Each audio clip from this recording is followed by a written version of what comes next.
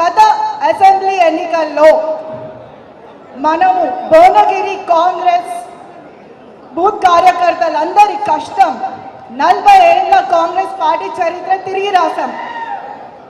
ఇదే కసి, ఇదే కష్టం ప్రతి ఒక్క ఓట్ని మనం అభ్యర్థించే సమయంలో వాడి చామల కిరణ్ అన్నని మళ్ళీ పార్లమెంట్కి పంపించాల్సిందిగా నేను అందరినీ కోరుతున్నాను.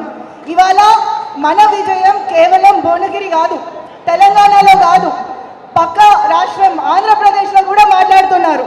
ఇదంతా మీ అందరి కష్టం. మా నాన్నని ఎలాగైతే గెలిపించారో మనమందరం కలిసి భువనగిరి నుంచి ఈ పార్లమెంట్ ఎలక్షన్లో అత్యంత మెజారిటీతో కిరణ్ అన్నని కూడా గెలిపించాలని నేను కోరుతున్నాను.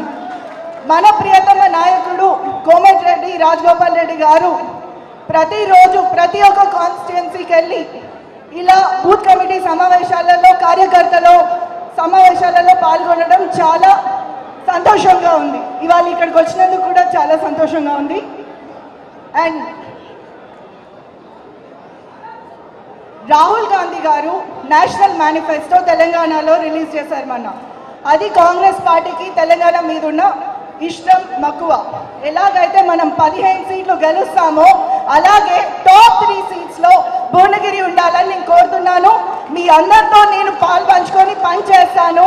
ఎలాగైతే మీరందరూ మా కోసం కష్టపడి పనిచేశారో అలాగే వచ్చే రానున్న లోకల్ బాడీ ఎలక్షన్స్లో ప్రతి ఇంటికి వస్తాము, ప్రతి ఊరికి వస్తాము. మా కార్యకర్తలను, మా క్యాండిడేట్స్ని మేము గెలిపించుకుంటాము.